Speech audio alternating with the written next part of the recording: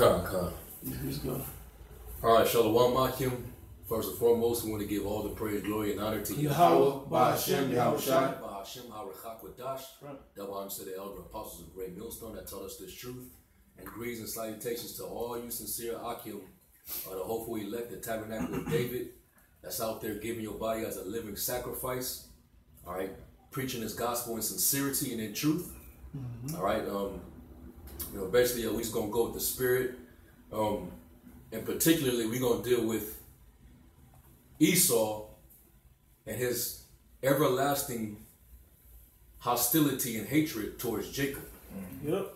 And some of the information that I want to use segueing into this lesson, I wanted to pull up, all right, because brothers been heavy in the spirit, bringing out information concerning Esau, and that book, Who is Esau Edom, has been in heavy circulation among the folk. I've seen a lot of countless brothers, doing videos based off of that book, and what that shows you is that in these last days, this was one of the ways how Esau was going to be found out.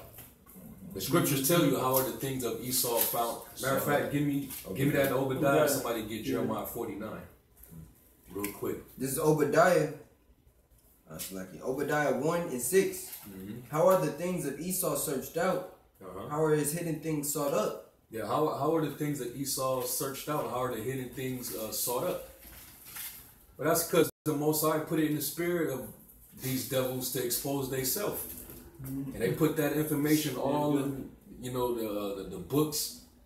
Or they put it in documents in history. Or they put it in, especially this new technology, using the internet as a platform to get the information out.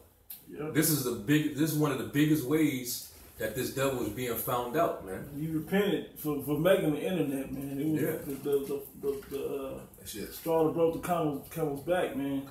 On his ass. That's Esau's it allowed people to go and see all of his wickedness together. It's in Job. I think it's in Psalms. Yeah, I'm looking right now. I was just going to right now. Psalm 64 chapter. Yeah, but this be able you can look at history and see. Cause this damn devil was so proud.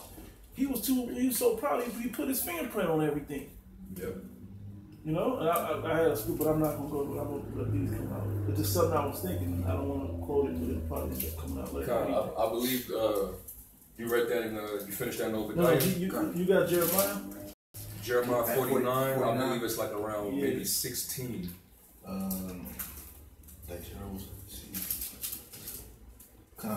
This is Jeremiah 49 and 16. Thy terribleness hath deceived thee, and the pride of thy heart. Yeah, you want to start up. Jump up to. But I have made Jeremiah 49 and 10. But I have made Esau bare. I have covered his secret places. Read that again. I have made Esau bare. I have uncovered his secret places. Yeah, basically, it's no secret that the so-called white man is Esau. Right. That's what I was it's just getting more and more obvious by the day who this man is. His track record, his history, which we're getting ready to go into. All right, the long track record that he left, as far as his nation, it's a certain pattern of crime and wickedness. Yep. And when you trace it back and you read about all that history, and you see how this devil is dealing today, you gotta come to the conclusion that it all matches up. This man this is Esau right here, man. If not, where and who is he? Yeah. I mean, if you want to say that, if you're talking about the wicked or the same man, if not, where and who is he? Yeah. Name another nation that has been all about destruction and wickedness and perpetual hatred for Jacob. This is it. These scriptures that the brother's gonna bring out, man, is gonna clearly prove that this so-called white man is Esau according to the Bible, man. No question. Yep. And if you go even further back, we're gonna go back. We're gonna go back to the garden, man. Yeah, that's what I was to show you where it all started, where it all stemmed from, and it was all sanctioned by the Heavenly Father. It was all appointed. That's right. Right? He put that tension between the two seeds. Right. He created Esau to be the devil that he truly is, man. All right.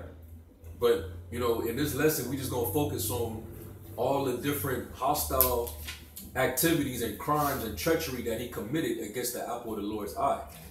When we go from, when you go into the history of all the different captivities that Jacob, you know, or Israel as a nation went into or went through, whether it be under the Egyptians, the Babylonians, the Persians, and the Medes, and then eventually to when they were as the Greeks and the Romans, Esau always did some bullshit, some hateful shit towards the nation of Israel that helped either bring Israel down, forward the affliction on Israel, or to try to completely destroy Israel. I don't want to jump the gun. I don't think I am. I'm not sure if you're going to go there, but like every major captivity, I think that's what you're saying. But even down to us going into the slave ships, man. This man, even though the Arabs and the Africans pointed us out, this man built the ships so that he could cargo slave us over to the New World, so to speak. Yeah. This man has had his hand in our demise since the beginning. Yeah. Every chance he had, man. Yeah. Let me stop. We're going to go back to the beginning, but finish that in Jeremiah, whoever was Jeremiah 49:10. But I have made Esau bare, I have uncovered his secret places, and he shall not be able to hide himself. And he shall not be able to hide himself. Yep. Meaning his track record and who he is in the earth, in the world, It's being revealed. It's being revealed, man. And he can't escape the scopes that's on him. All right? And the fact that the Lord got his servants, the prophets out there, condemning his ass and basically destroying him with the fire of the Lord's mouth. It's like everlasting target that's on Esau, man. You know, and he can't get rid of that target. And it's literal. Just like that mark that he placed on Cain. Yep, how's that the one? That mark was forever on him. Yep. Okay? And all the nations see who this devil is, man. That's why they all are starting to mount up against him. You gonna bring out Cain or no? Yeah, we're gonna go to that. Okay, I'll wait then. We're gonna go to that. I'll wait then. But what I want to do is that was in verse 10. Just a little bit more. And his seed is spoiled, and his brethren and his neighbors, and he is not. Yeah, everybody is spoiled. Everybody done caught hell. Yeah. But he's just kicking back. Yeah. You'd have done all this wickedness to the whole planet, but yet you sitting on high on your throne. You know, you without caring the world. You got the most pride. The scriptures tell you, I think it's in Psalms, how the wicked is in prosperity, and basically they have no worries. Yep. You know, they're safe from fear. You know, they're about oppression or nothing like that, man. You know. So everybody's spoiled except this devil. Nobody dealt treacherously with him, but he dealt treacherously with everybody else. But mainly his own brother Jacob. Yep. All right. So you know, that's it on that. So basically, what I'm finna do is I'm gonna pull up the screen share. Let me try to screen share real quick. If you can, but we shall bring that laptop a little closer. So the pick our voices up. Okay.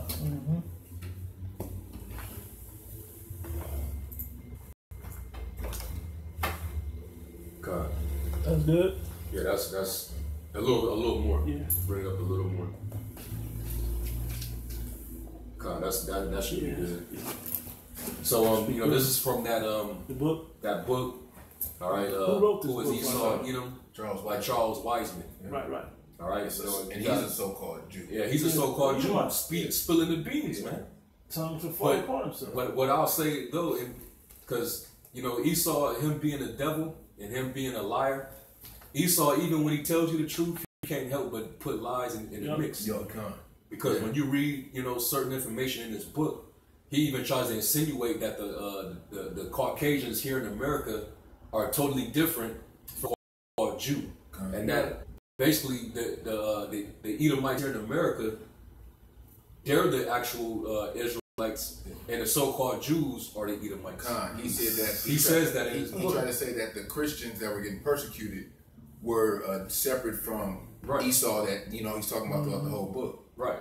So those Edomite Christians, they're the Israelites, and the Jews, the gutter rats, the Amalekites, they're Esau. No, all you devils are Edomites. Yeah. All of you, man. All right. But we're gonna use, the meat that you put in this book. We're gonna use that against you and your whole nation, man. That's right. All right. The bones, we gonna spit that out. All right. So this is in the portion of the book, he goes into Edom's revenge, and really, when you check Esau's hostility against us, it all reverts back to lifetime revenge. Yep. Everlasting revenge. Because what did he get? The birthright. He didn't get the birthright. Yeah. Okay? So he's been angry with Jacob ever since. Mm-hmm. So that explains the everlasting hatred. Yep. Right? So if y'all you have that in Job, not Job, Psalms. This is Psalms 64 and I started 8. I started 8. Let's straight to the point. So they shall make their own tongue to fall upon themselves. Yep. All that see them shall flee away. Exactly. So basically, they tell on themselves. Mm-hmm. And they put it right in the books, man. And they know niggas don't like reading. And they do that because of their pride. Yeah. To remind them, hey, that's why it's like, but that's why you see Petra in all these movies, man. They have no problem throwing it out there because they know that goes back to their spirit. And they're proud of that place. Yeah. Though they don't act like they're the people that because if you just seen that, you wouldn't think to put white people with that in the middle of Jordan. Yeah. In Arabia, you wouldn't think of that, but they did that. That's their thing. They actually upgraded it years later too. Yeah, they made those pillars and all that. Yeah, they wouldn't upgraded it because they was proud of that place. Yep. They knew that was there. Yep. Calm, bro. My point was their pride is what made them, make them tell on themselves. Yeah. Well, but really, the spirit make them tell on themselves. Mm-hmm. And that's pursuant to what the brother just read. All right, their own lips testify against themselves, man. All right. So and that makes sense. When they would make such a book like this, where Esau spilling the beans on himself, of course they would make this book affordable. Right. They don't want Jake to read that. Yeah. You're gonna pick this up at a little black bookstore. A few dollars here and there. You ain't finna go to the local library. You're not finna go to no college, university. No, you gotta spend this. Somebody was witty enough to copy motherfucker, put it in PDF file, put it on the internet, and it looks. Cause you know they couldn't afford. Yeah. And that brother Malcolm had it though. Esau angry with that brother, man. He keep bringing it out too. His pictures always him showing him like I got a book. You can't say I ain't. Yeah. He got it. You go on Google image search and you type in who is Esau Edom. You saw a picture the of brother him Malcolm right there, just sitting at his desk. Real. You know what I'm saying? But calm, man. Mm-hmm. But this is from Edom's Revenge, chapter page 90, and it says Esau's war against Jacob, which we're gonna go into the beginning before Esau and Jacob. Yeah. All right. It says God's script assigns to Esau Edom, or the Edomites, the role of being a warlike people. This was revealed in Isaac's prophecy of Esau in stating, "And by thy sword shall you live." Yeah. Now, even before that, Esau was known to be a cunning hunter. Yeah. He was a man of the field. You read that in Genesis 25th chapter. Yeah. So Esau, he always was skilled with the sword. Killing instrument, man. Which is a killing instrument, which that's all spiritual. It has spiritual significance. Yep. Because who was he in his past life? Cain. The man that slew his brother Abel. For no reason. First murder. Don't forget that was for no reason, bro. That was murder. Come on. He didn't have a reason to kill. That was just for jealousy because he Yeah. gave that the pottage with fruit. No, he gave him fruit. He gave up some bull. Yeah. Literally, like BS, man. And notice in both scenarios, Esau didn't do the right thing, but still be the scapegoat, victimize himself. You know what I'm saying? I was gonna say, though he saw it carefully with tears, there was no place for repentance, man. He don't feel sorry about the shit he do. Nah. Look, if you don't look, the first chapter, that small chapter at the top. Yeah. Perpetual hatred and jealousy towards Jacob. Never Salaki. We're gonna get to it. Yeah. We'll get to it. You know. But you know he can't get right. Yeah. Every incident where the Lord gave him a chance to do right, basically on both sides, each time he would blame his brother for it. Yeah. So that's showing you right there that hatred was already rooted in his spirit. Yeah. That's why when you go back to the garden, it said that you got that already? I got it in Genesis. Let's go again. All right, let me finish this real quick and then we can get that. It says, this was revealed in Isaac's prophecy of Esau and stating, and by the sword shall you live. Genesis 27:40. Yep. The sword is often used in scripture as being symbolic for war and slaughter. Yep. This is personified in the red horse of Revelation 6:4, which signifies war and ability to cause war. Yep. And that's a cut, because even this is actually showing you that it exists. Yep. Because he's prophesied Revelation. Yep. And that's the same question raising Christians out there. That's right. Who is the red horse in Revelation? Why don't you touch on this? This is written by a credible Jew who was a scholar. In the chapters prior to this one, it shows you how Esau is associated with red, and how it gives you a whole list of things that where Esau, it shows where Esau is associated with red. Yeah. You know, so come on, it's simple. But if you don't have eyes, it ain't that we have special eyes. It's that everybody's been blinded, bro. It ain't that, you know. The Most High just opened our eyes to see it. Yeah, you know. But going back, because it says scripture as some slaughter. Cain. What does the word Cain mean? Sword or dagger. Kwayan, which means killing instrument. Okay. Omen, however you say it. Khan. Omen, name prediction. Okay. So this all plays a significance in the crimes and the treachery, you know, all the wicked, malicious, hurtful acts that this man as a nation been done against the Lord's chosen people. It's all hatred and jealousy, man. Okay. Yep. So if you want to bring that out right now, you can. We're gonna get back to this. Start the garden. Yeah, you could get the garden first. This is Genesis 3 and 14. Unless you want to the top, but you don't know all the story. No, we'll get to the point. Genesis 3 and 14. Because everybody know about the story of the serpent and how he beguiled. The serpent was a man. He was an actual man. He was talking about his characteristics. God. Yeah. All right. This is Genesis 3 and 14. And the Lord Yahweh said unto the serpent, because thou hast done this, thou art cursed above all cattle, and above every beast of the field. Upon thy belly shalt thou go, and dust shalt thou eat all the days of thy life. Why this man's a base man today. Yep. And I will put enmity between thee and the woman, and between thy seed and her seed. So like, I have a quick point about Esau. This dude has so much pride, right? Only because he's ruling.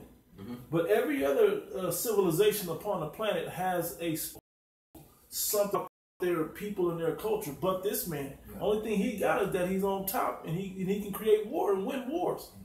When I said that's over, it's a wrap for this guy. And this is the end of it now. I just want to make that point, because nothing significant to bring to the table of people upon the earth, but destruction. Yeah. He has no talent, but with the Most High killing is killing. Yeah. Murder. That's his talent. That's his only true talent. Yeah. Wait, no. not only just destruction, you know, killing, but also deception. Yep, and deception. Yep. Those are his two big right there, man. Yep. And those lead to all his even his power. Head, and thou shalt bruise his heel. Keep going. Thou shalt what? Read that again. Put enmity between thee and the woman, and between thy seed and her seed. You gotta break that down, right? What is enmity? Hatred. Hatred. Yep. Hostility, man. Okay? Yep. So this goes back. This is rooted back since the beginning. But it said between thee and the woman. What's the woman? And this is a prophecy. Yeah, it was a prophecy because we wasn't known as the Most High's woman entitled at that moment.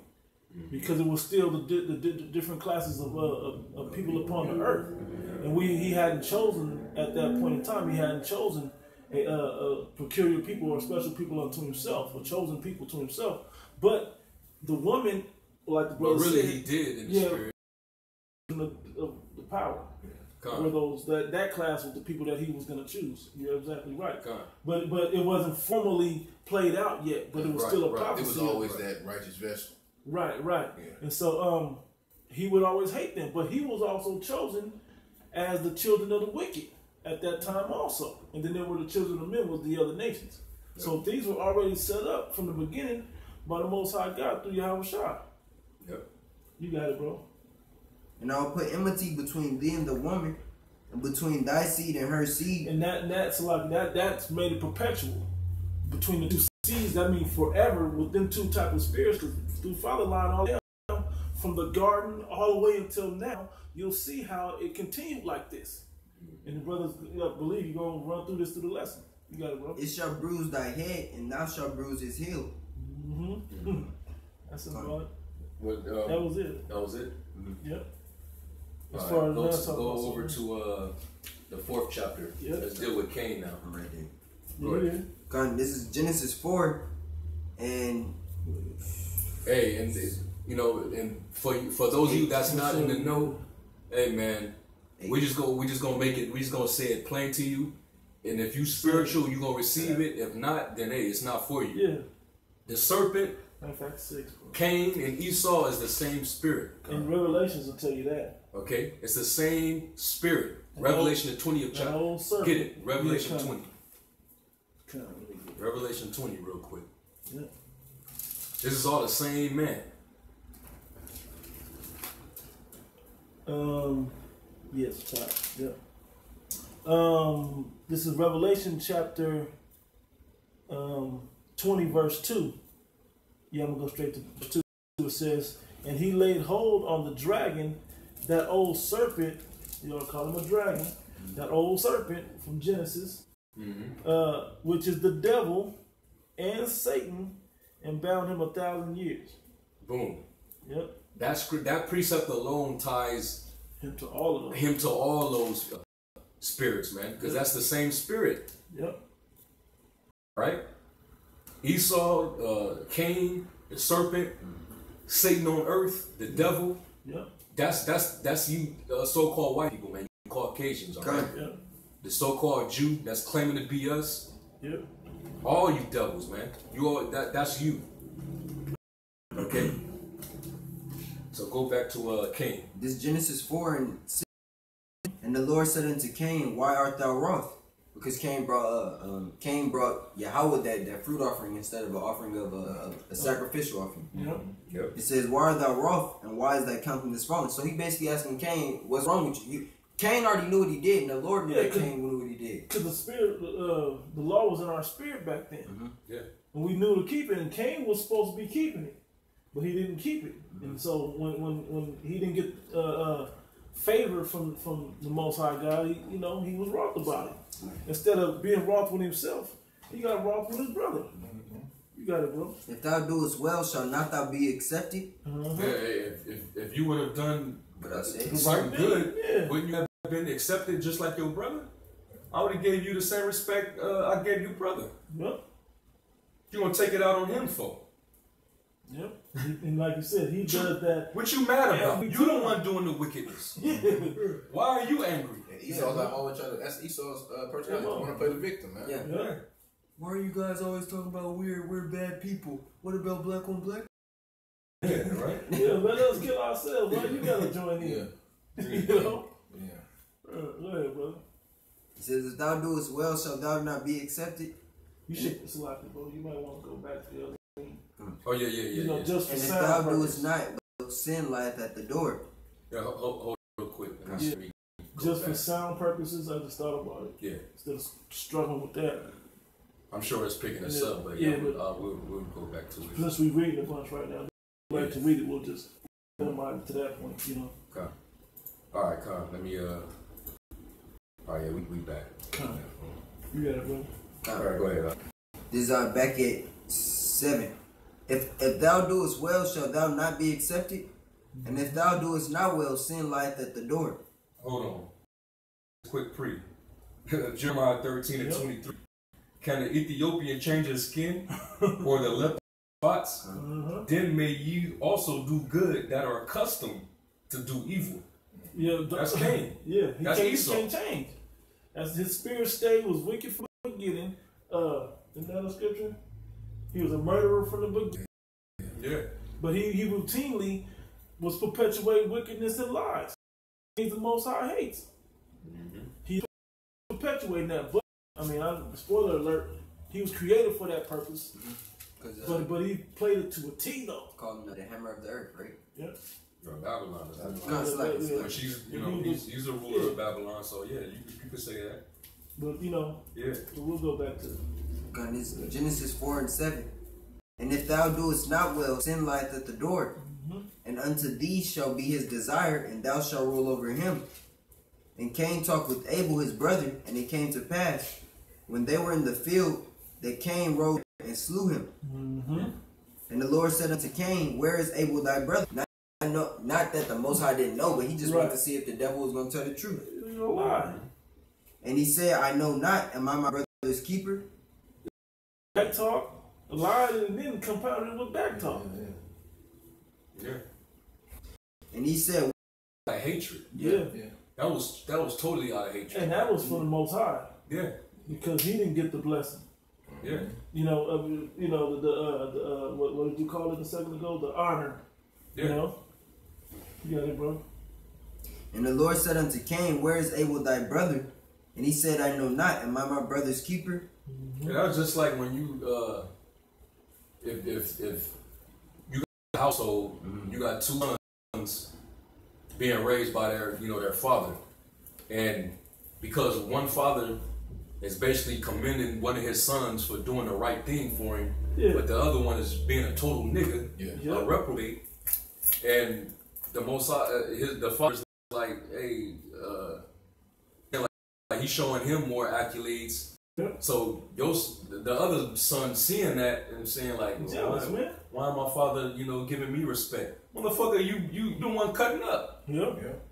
So you wait till the father is gone, and then you basically kill your brother and put him in the closet so your father can't find him. Isn't there a movie like that? You know what I'm saying? Sure there is. Yeah.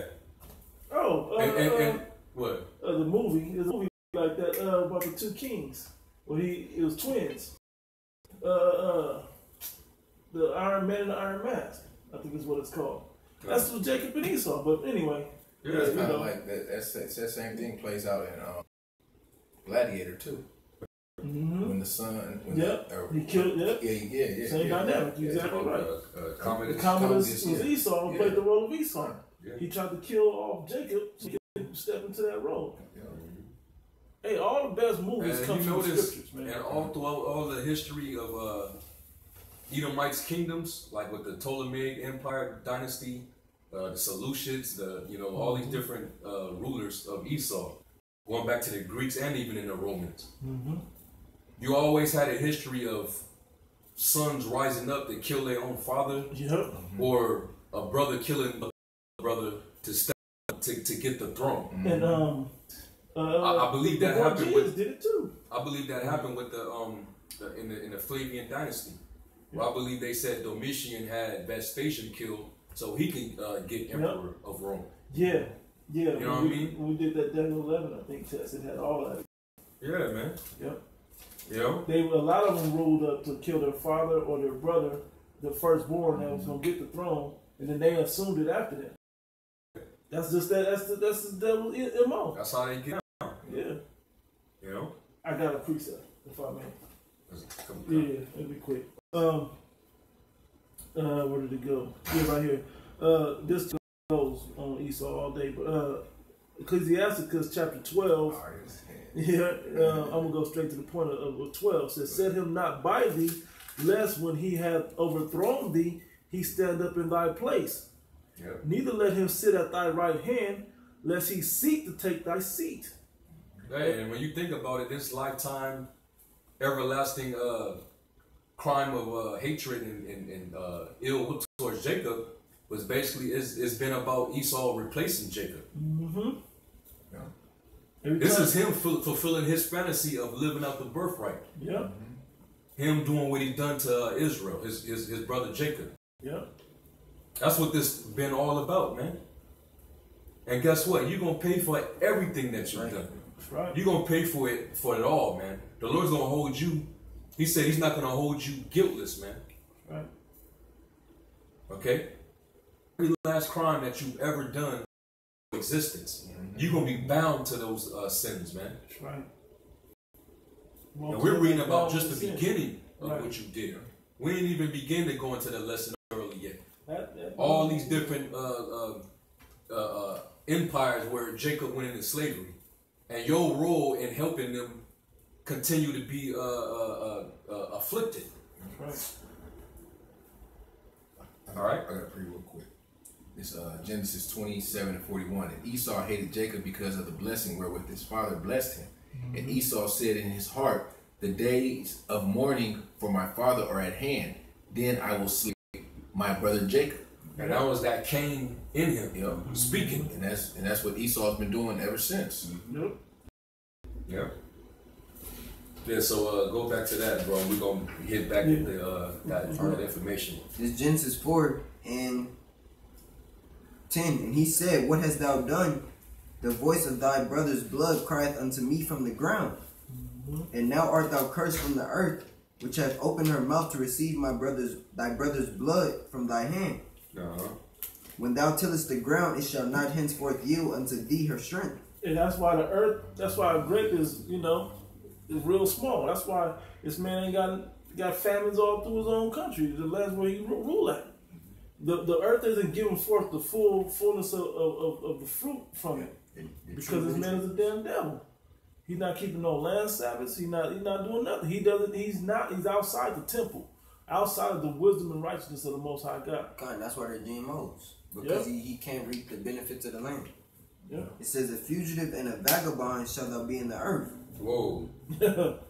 Yeah. He said you're going to be a vagabond, a fugitive on the earth. What's a vagabond? A vagabond is a wanderer. Right. Somebody that travels to and fro. They ain't got Place of rest. Basically a permanent residence to stay. Yep. All right. Point, but that's why. The quick point was that's why he's everybody in the earth. That's why he could be the Greek. He can be the Roman. He can be the Jew. He can be whatever. He's everybody, and he finds himself in those lands. Yeah. That's the wanderer spirit. He's everywhere trying to conquer everything.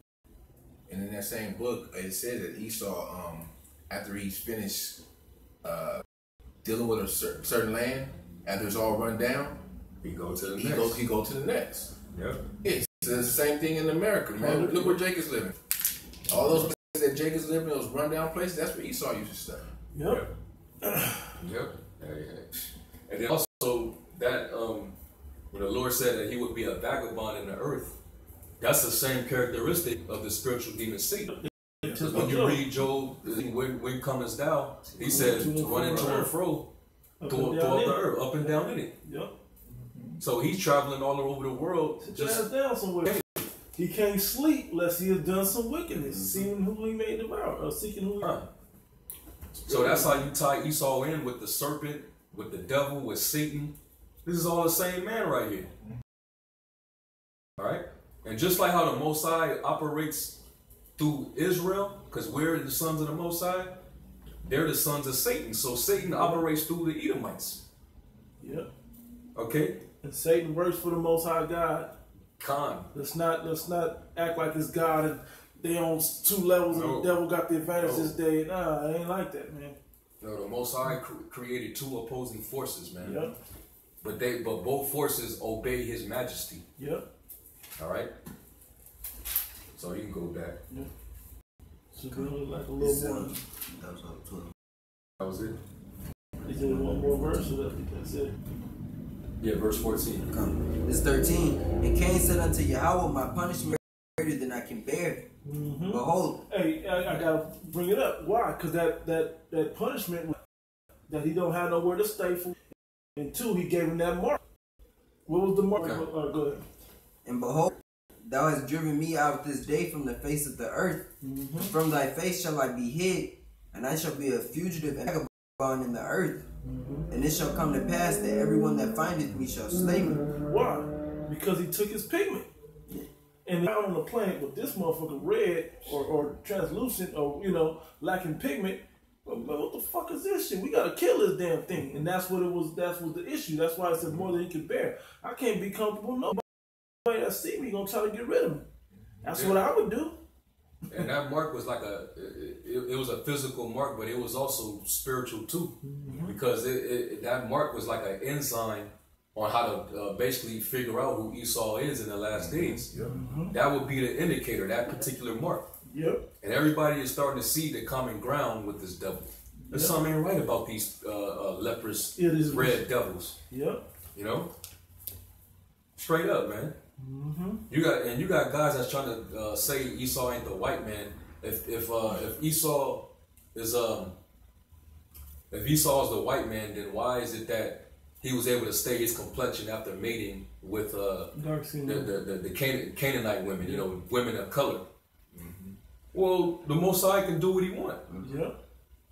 And this mark right here, he can't get rid of his mark. Yep.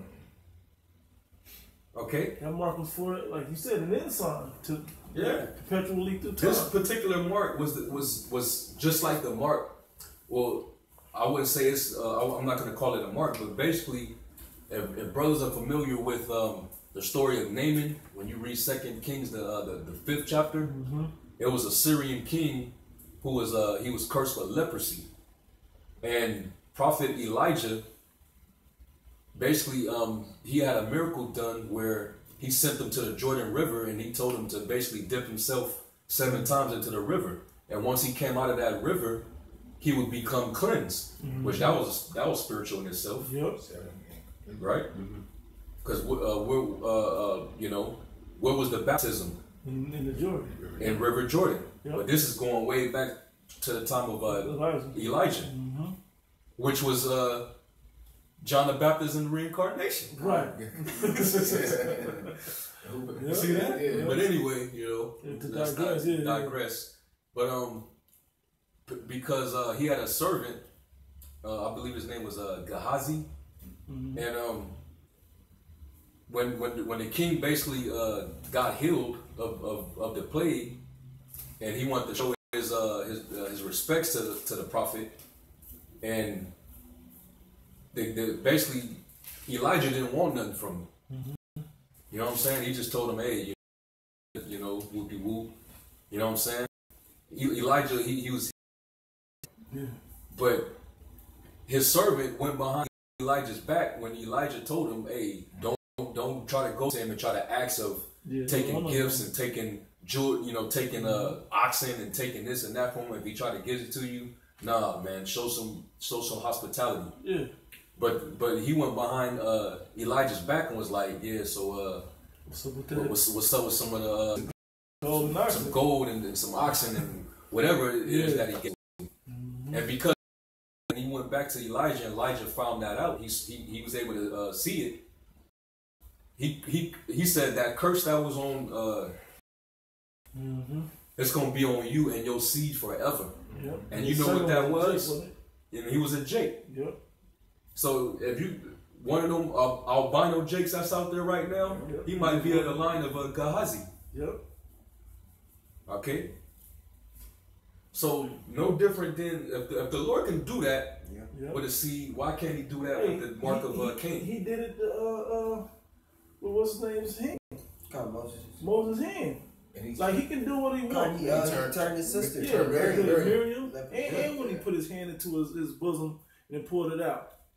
Like, the Most High can do that. If two people of color can come together and reproduce and create a melanless child, what makes you think that a melanless person getting with a person of color can produce the same outcome? Come on, man. You know the story when pigs breathe. Yeah. You think that doesn't mean that the puppies are gonna come out the exact same lining a coating, the same color patterns and all that? No, man. You do two blue noses, but you might get a red nose out of it. Because it might be a red nose way down the line somewhere. Exactly. It's all up to the Most High the way things go, man. There were twins. It's like there was a real story. You can probably Google it. Twins. I did a video. Yeah, you did a video, right? Yeah. And one came out leopard, one came out dark skinned, twin sisters. But their features look the same. And that was Jake. Yeah. You know? Yeah. Anyway, we can go back. Yeah. This 6:15. And the Lord said unto him, therefore whosoever slayeth Cain, vengeance shall be taken on him sevenfold. And the Lord set a mark upon Cain, lest any finding him should kill him. I got a precept, but I want to say this to line up the precept. Why did he give him... This lesson is so... Yeah. We probably ain't going to be able to go through everything in this lesson, man. Because this devil's a major player in the earth, man. He's the antagonist. Yeah, the whole story. It's two main characters, and it's Jacob and Esau. Right. I just want to make this point that you can go right to what you got. But the purpose of him doing that, saying nobody touching, was why. So we're going to precept, right? 2 Thessalonians chapter 2, I'm going to start at verse 6. It says, I can start, but I'm going to start at, I'm going to start at verse, I got to start at 3. To let no man deceive you by any means, for that day shall not come except there come a falling away first, and that man of sin be revealed, the son of perdition. The man of sin be revealed, right? Who opposed and exalted himself above all that is called the Most High, or that is worshipped, so that he, as the Most High, sitteth in the temple of the Most High, showing himself that he is the Most High. Remember ye not that when I was yet with you, I told you these things. Here's the point. Hey, countless times this devil showed himself with his God complex trying to be the Most High. It ain't just now that he's trying to be the Most High. No. He always been trying to mimic the Most High. Yep. The Greeks, when he was ruling as the Greeks, Antiochus, he wanted people to worship. Yep. The same way Nebuchadnezzar wanted people to bow down to the image of Baal. Well, Esau was trying to make himself the image to worship. Yep. All right, so Serapis, that was based off of Esau. It's playing out. And it's playing out because you Jakes worship this damn devil. Yeah. Y'all love everything about Esau. It said, if you thou not the oppressor, choose none of his ways, right? Well, why are women all got blonde hair? Why are the men's now wearing blonde hair? Why are we trying to choose every way that this damn devil, the hip-hop music that was a black cultural thing, has now turned into a resemblance of rock music with the same type of song. You talk about taking... you talk about... Jeans and shit. Hold on. I mean, when we talk, when the power said let man be made, and Esau he's taking that literal. Tell me that, yeah. He shifted the whole narrative of what it means to have true beauty, so to speak. The ideal look, or to be fair. They call his complexion fair skin. Right. Ain't nothing fair about leprosy, man. Right. You know, but he changed it. By world standards of beauty, the lighter you are, the leprous you are, the more beautiful you are. They're labeled the best looking woman on earth, a skinny white woman. Blonde hair, blue eyes or green eyes, with blue eyed, skinny. You know, that's what people uphold now. That ain't the image, man. That ain't the image that the Most High wanted. Hey, but you see now though on the flip side, And this is to show you how Esau is basically, he's falling hard. Esau fell off hard. His own women is trying to basically turn into the black woman. Yep. Getting big ass. They getting you know, they getting melanin injections. They get lips injected. Yep. There's one woman, she was like, they was literally trying to talk some sense into her because she had got her whole skin changed into she got melanin into her skin.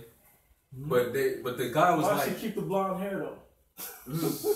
Bro, she looked bad. Yeah. She looked horrible. Yeah. But they was like, but hey, yeah, you can turn yourself into their complexion, but that doesn't change the overall spirit, the history. Yep. You know, their mannerisms and the culture. Like you don't have that in common with her. All you have is just the. Yep. She's really trying to morph into being a so-called black woman. Yep. That's showing you that these devils are falling off. Yep. They see that we the people, man. Yep. We're the special people. Right. Yep. They're taking on our culture. They, you know, hip hop and everything that we do. Esau, he gotta find some type of part in it. He the ultimate biter. Yeah. They call him he's the culture vulture. Yep. You know. Yep. But go ahead. Let me finish this verse 6. It says, and now ye know what withholdeth, that he might be revealed in his time. In the end time, he had to still have that mark. Come the end times. It says, for the mystery of iniquity do already work. Only he who now letteth will let until he be taken out the way. The Most High allowed all his pigment and all his wickedness to sustain the test of time until it all mounted up, and you can see it on the internet right now. It says, and then shall the wicked be revealed, whom the Lord has consumed with the spirit of his mouth, and shall destroy with the brightness of his coming. Even him whose coming is after the working of Satan, with all power and signs and lying wonders. Yep. That's that point. It stood the test of time. That same mark. That's why he wouldn't let nobody kill him back when he was Cain. Yeah, because basically that not only just his makeup, you know, his genetic makeup, that's basically that separated him from the rest of the planet. But the fact that his nature, everything about him and how he was going to live, the way he's living, everybody's going to want to put his ass out. Yeah. Yep. Esau's you know, anti-life, man. Come on. That's why everybody is, the whole world is in an uproar. Nobody wants you in their land. Everybody's in an uproar, and everybody is like, man, everybody wants you gone. Elon wants you gone. Ishmael wants you gone. All right, them gooks, you know, they partnered up with you, but really they want you gone. Like you. The gooks they don't fuck with you like they that. want to take your seat, you know. Yeah, exactly. Yeah. They using your tactic to get close to you. And I want to make a quick point, because today was the opening ceremony of the Winter Olympics, and it's in Korea. I think it's in Seoul. It's in South Korea. South Korea, but they both Koreas are together since the time of in like 30 years. I think in '88, and they were saying this is gonna have not Al Michael, I forgot the black dude's name. This is gonna have implications to stand the test that this moment will be looked at, whether peace comes out of the earth or destruction comes to that peninsula. But them as a whole country of Koreans is gonna mean something in this time. But they thinking they're gonna be part of that Moabite power structure that's about to rise up with China, and it ain't going down like that. That ain't happening. The scriptures tell you that Asia, that's partakers of the glory of Babylon. You gooks gonna get jacked up too. You know. But let's go back. This is. And then we're gonna get back into it. This is 15, and the Lord said to him, therefore whosoever slayeth Cain, vengeance shall be taken on him sevenfold. And the Lord Yahweh set a mark upon Cain, lest any finding him should kill him. So basically, the Lord had to, you know, for prophetic purposes, he had to keep him preserved, because he had a major role that he's going to play on the earth. So that's why it's against the orders of the Most High to try to exterminate this devil. You know, we've tried in the past, but it couldn't happen. It was major attempts on exterminating Esau. Yeah. All right, the Lord was going to have that Saul? Saul to wipe them out, and he left the king alive. Yep. You know, King David tried to exterminate them, but a lot of them fled. And he was only able to get the ones that were still in the land. All right? That's why when the kingdom is established, why all you Edomites got to be exterminated, man. It can't be one left. Yeah. Well, there'll be a root of wickedness somewhere. We're going to show how, because Saul went against the orders and left a remnant of them, or left them around, it led to the next kingdom that was being established. Man,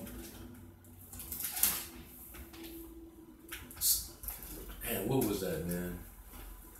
I want to say the Persians. No, that was after Babylon. That was after Babylon. But when we go into the Medo-Persian Empire captivity, you had one particular man who was responsible for trying to exterminate Judah. I'm talking about Haman. Yeah. Haman the Agagite. When he tried to get the Jews hung on those gallows, he was a descendant of Agag, which was the guy that the Most High gave the specific order to Saul to basically rip in pieces, man. Yep. So when you leave these devils around, you leave basically room for a future war to happen. And that's exactly what was happening. Throughout each captivity, Esau was always at the forefront in helping or aiding or assisting with the downfall of Israel whenever a nation came to take us down. Hatred, true hatred, hostility, man. All right. So let me go back into real quick. Let me go back into it now. Yeah.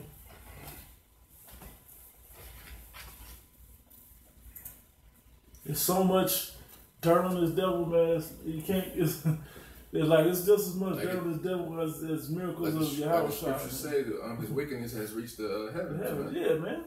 So much to go into. Esau got to pay for it. And that's the debt that Esau got to pay. Yep. So this is back in the book. It says Esau's war against Jacob. It says, who is it that Esau Edom will want to use the sword on or bring war upon?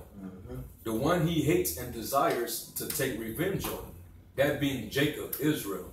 It was Jacob that Esau desired to kill because Jacob had taken away blessings and birthright from Esau.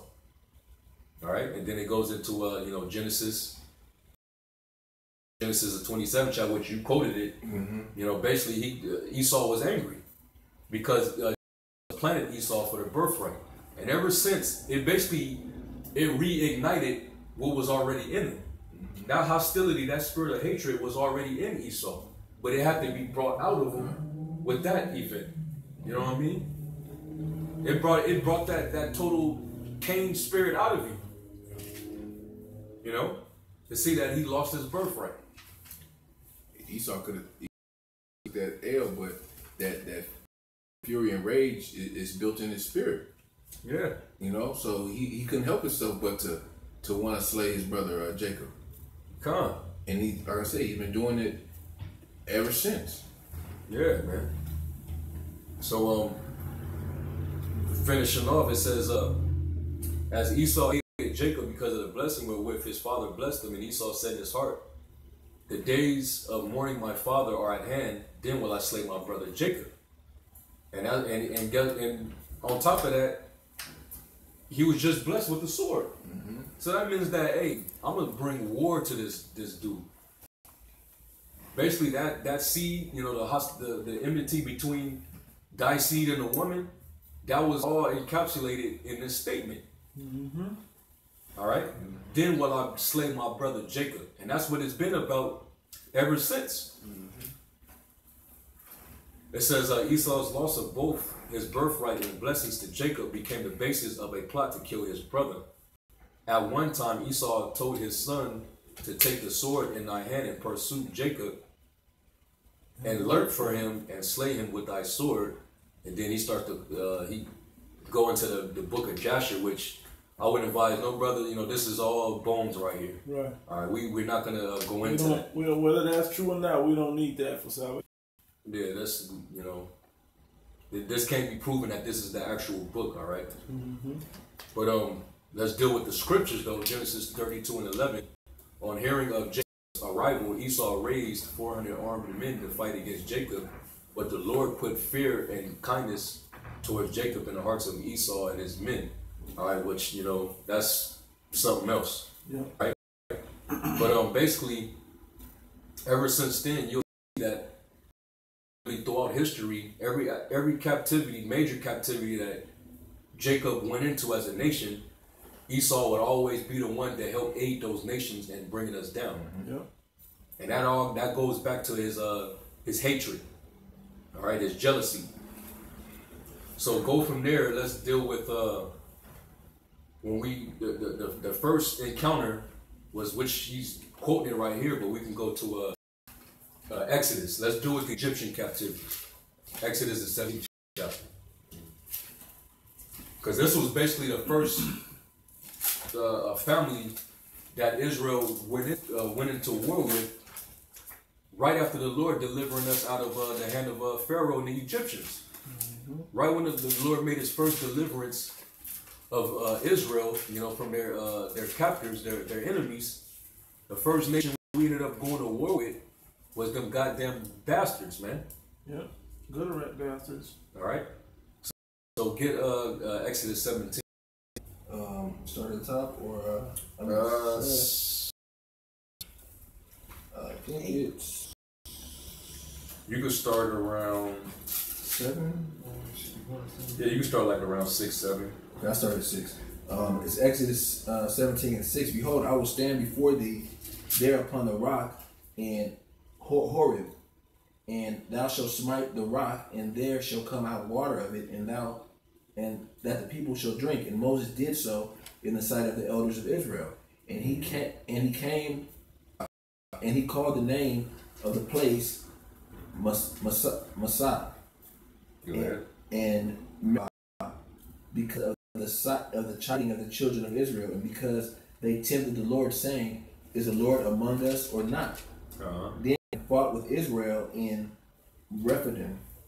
And Moses said unto Joshua, "Choose us out men and go out and fight with Amalek tomorrow, and I will stand on the top of the hill with the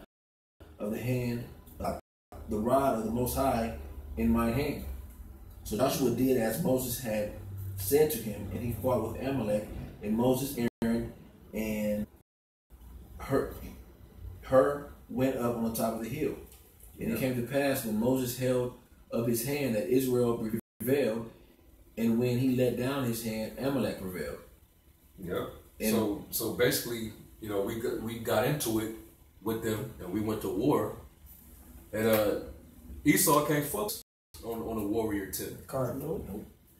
All right, Esau, his thing is the sword. He need a weapon to fight you, to defeat you.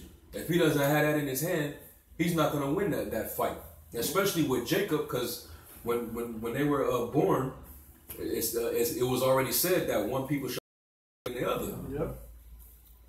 So Esau couldn't unless he had that blessing with him. He can't survive in this world without that sword. You know, nobody would have what he had, man. Look at the police. Think Jacob be running if the police didn't have guns? They didn't have guns, and just guns. Guns. Keep the taser, keep all that, keep spraying, keep the billy clubs, all that. All that. Jake wouldn't give a shit, man. Nobody would. Nope. That projectile. And when he got his weapon right by his side, he get even prouder. You know, you can see the countenance change, but take the gun away from the devil. He ain't gonna square up. Yeah. And also, this is showing you the power that Moses had, because it said when he kept his hands raised, Israel was dominating Esau, but when he put his hand, Esau would get the upper hand. Keep reading it, bro. Verse 12. Read that verse again. Okay, verse 11. Verse 11. And it came up his hand that Israel prevailed, and when he let down his hand, Amalek prevailed. See that? Keep going. But Moses' hands were heavy, and they took a stone and put it under him, and he sat thereon, and Aaron and Hur stayed up his hand, the one on the one side and the one on the other side. Weak. And they had to actually hold his hands up for him and give him a seat. Mm-hmm. And his hands were steady until the going down of the sun. Yep. Yep. And Joshua did Amalek and his people with the edge of the sword. Mm-hmm. And the Lord said unto Moses, write this for a memorial in a book and rehearse it in the ears of Joshua. I will utterly put off the remembrance of Amalek from under heaven. Bro, the Most High been speaking about getting rid of this devil since the beginning, man. Yeah. The Most High always had it out for Esau. The Lord said he would have indignation forever against Edom. And that's actually about to happen now. Because what do we have to do? We have to face the east and raise our hands, in humility to the Most High, praying unto the Most High, and that's how we're gonna take this devil down in this captivity.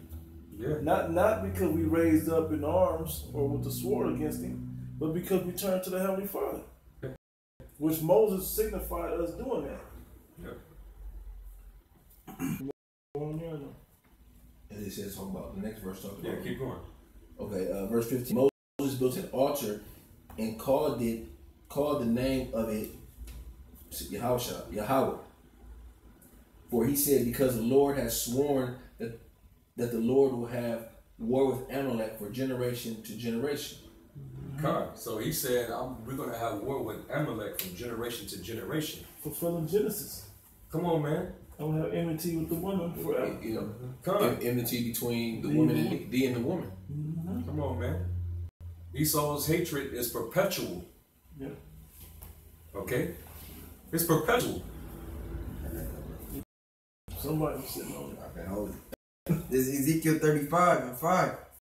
Because thou hast had a perpetual hatred, the blood of the children of Israel by the force of the sword. Does it say who it is? I can't read. Moreover, the word of the Lord came unto me, saying, Son of man, set thy face against Mount Seir, and prophesy against it. Yep. You can jump back down. And this back in 5. Because thou hast had a perpetual hatred. Seir was one of the sons of one of the dukes or the sons of Esau. Go ahead, bro. Seir was the name of the place of But it was named after. I just looked it up in Genesis 36. Yeah. And it was actually a man. Which is from the Hebrew word sha'ar, which means hairy. Okay? It shows you that Esau, the name Esau doesn't mean hairy. Right. Seir means hairy. Yep. Alright? But that is a quality of that man, though. Yeah. Something that you see him out of. But this is talking about basically the East. Mm-hmm. Go ahead. And has shed the blood of the children of Israel by the force of the sword in the time of their calamity, in the time that their iniquity had an end. Therefore, as I live, saith the Most High, unto blood, and blood shall pursue thee. And crazy is, Esau would always try to take advantage of us or try to destroy us, even when the Lord tries to, deliver us. Esau would try to find a way to put us back into the hands of captivity or oppression. He would always try to find a way to not allow Jacob to be liberated, so to speak.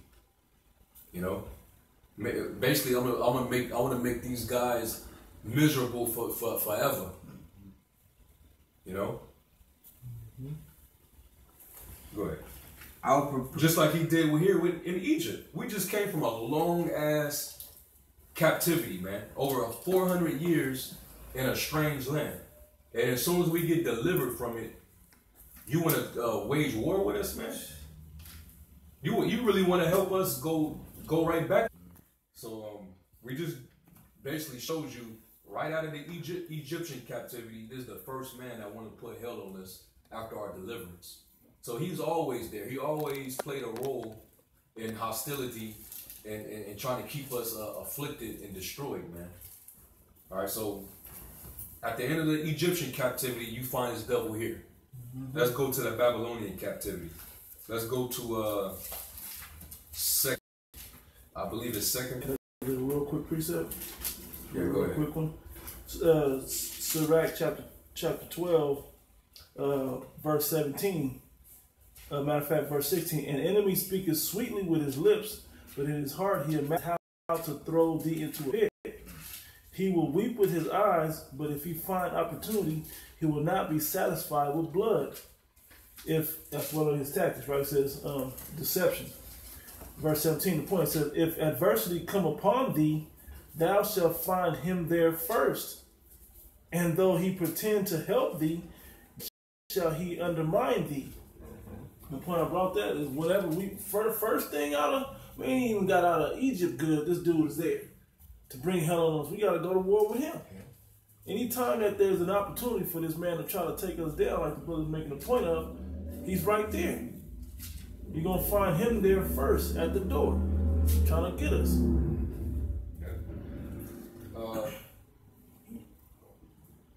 Let's get...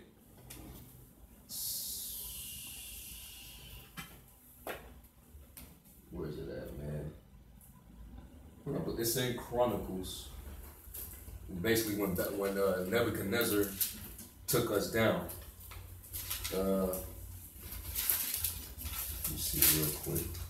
Basically, when he came to besiege Jerusalem, you're going to see that this man actually played a role in helping us get taken down by the Babylonian king.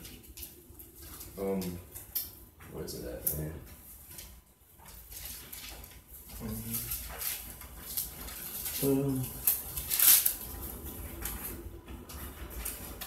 Matter of fact, let me go to the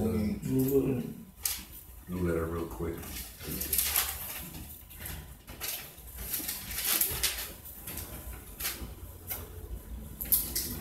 Alright, now my computer acting funny now. And my phone's tripping.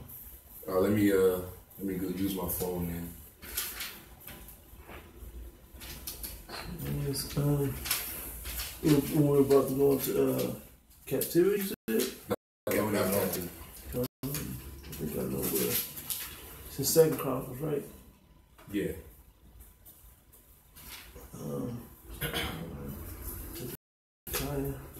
We're going to know what Obadiah, the 10th chapter. It's right. I mean, the 10th verse, Obadiah 1 and 10. You were saying Chronicles? I believe so. It's got to be. It's like in the 20s, I think. 12, 25. Well, get 2 Kings real quick. The 24th chapter. 2 Kings 24. The 24th start at like the 9th verse. It's 2 Kings 24:9. And he did that which was evil in the sight of the Lord Yahweh, according to all that his father had done. And this talking about who? Ahaz? Or? Nebuchadnezzar. No, but the king that was ruling at the time. King of kind of Nebuchadnezzar king. So 24. Okay, yeah. It'll tell me. Jehoiachin. Okay, that's who it was. Con. All right, keep going. Go ahead. Con. This is 10. At that time, the servants of Nebuchadnezzar, king of Babylon, came against Jerusalem, and the city was besieged. And Nebuchadnezzar, king of Babylon, came against the city, and his servants did besiege it. Go ahead. And Jehoiachin, king of Judah, went out to the king of Babylon, he and his mother, and servants and his princes and his officers. And the king of Babylon in the 8th year of the reign, of his reign, so lucky. And he carried out them. This is how Judah basically got carried into the Babylonian captivity. All right, where then we end up serving captivity for 70 years. But you're going to see how Esau played a role in this too. All right. And this was the first time, by the way, when the temple of the Lord actually got destroyed. Yep. All right. Showing you that Esau always had a hand in something just totally fucked up, man. And let me say real quick, Esau, he said he searched out iniquity, right? He knew if he took our power, our artifacts down like that, or separated us from, we would know our connection to the Most High. He always did that. He always took away our connection, which was from the Most High. He knew how to do it. He tried to do it with the Maccabees by destroying the scriptures. And he carried out thence all the treasures of the house of the Most High, and the treasure of the king's house, and cut in pieces all the vessels of gold which Solomon king of Israel had made in the temple of Yahweh, as the Lord had said.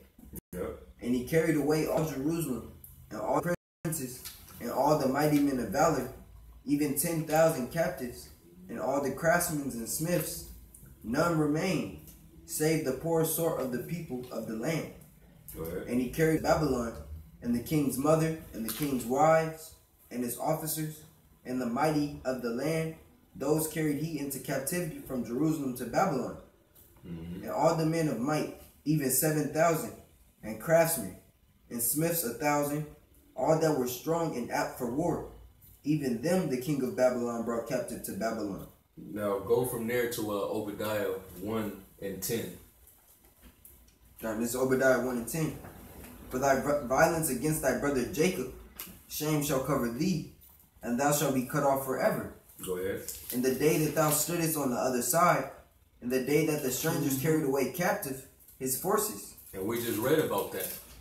Talking about when the Babylonians carried Judah captive. And this is what Prophet Obadiah explaining and prophesying about against Esau. Basically, what I'm going to was this was one of the acts that you did that cannot go. It can't go escape from it. Yeah. All right, and that was just one incident that he was highlighting. There was many other things that Esau had done against Jacob, but he just happened to highlight this particular moment when Babylonians took us captive and destroyed Jerusalem and besieged and basically destroyed and burned our temple. Esau helped assist with that. All right, and it's getting ready to tell you. Go ahead, bro. Come. His forces and foreigners entered into his gates and cast lots upon Jerusalem. Even thou wast as one of them. You was one of them. So you was one of the ones that was helping taking shit out the temple. You was helping any Jews that escaped. You was helping to catch them. Yep. All right. Showing you what? That hatred. That enmity. And we were supposed to be your brothers. But hey, Esau, when he was king, he said it, am I my brother's keeper? You know? Apparently in the eyes of Esau, yeah, we never were brothers. Yeah, he knew we were two different manner of people. Yeah. You know, he didn't, even though we same father, he didn't give a shit about that. Nope. I'm keeping the Obadiah king. That was it on verse 11? No, keep going. This 12 on Obadiah. But thou also link that up with Psalms 137, somebody. But thou shouldest not have looked on the day of thy brother in the day that he became a stranger. Neither shouldest thou have rejoiced over the children of Judah in the day of their destruction. Neither shouldest thou... So they was happy to see us go down. They was happy that Nebuchadnezzar basically, took our shit, burned our city down, killed, Jake's Israelites. They was happy in that, man. Go ahead. Neither shouldest thou have spoken proudly in the day of distress. Thou shouldest not have entered into the gate of my people in the day of their calamity. Yea, thou shouldest not have looked on their affliction in the day of their calamity, nor have laid hands on their substance in the day of their calamity. Yeah, because that's exactly what the Babylonians were doing. Yeah. They were laying hands on our substance, man. It told you what they were taking out of the city and out of the temple, man. Cutting our gold into pieces and stuff like that, man. It says it right here. You got that in Chronicles? Yeah, this is it because it's talking about that exactly. Go ahead. That was it on this. So what we read? Okay. Let me see where to start. Bro, you can. Okay, I'm gonna start at verse 17. Yeah. This is 2 Chronicles 36. And verse 17 says, "Therefore he brought upon them the king of the Chaldees, who slew their young men with the sword in the house of their sanctuary, and had no compassion upon young men or maiden, old man, or him that stood for age. Yeah. He gave them all into his hand." Hey, you know how you jakes are about the elderly. You know, respect somebody's grandmother or grandfather. You know what I'm saying? You have respect for your elders. We always have that as a tradition. The older people in our family, you know, we reverence. Most nations do. Yeah, most nations, they do that, man. But this demon right here, Nebuchadnezzar, he didn't give a shit. He was killing you if you was old, if you was a child. He didn't care, man. All right? And Esau was down with that. Because that's how Esau gets down. He's come on, man. Go ahead. It says, "And all the vessels of the house of the Most High, great and small, and the treasure of the house of the Lord, and the treasures of the king, and of his princes, all these he brought to Babylon.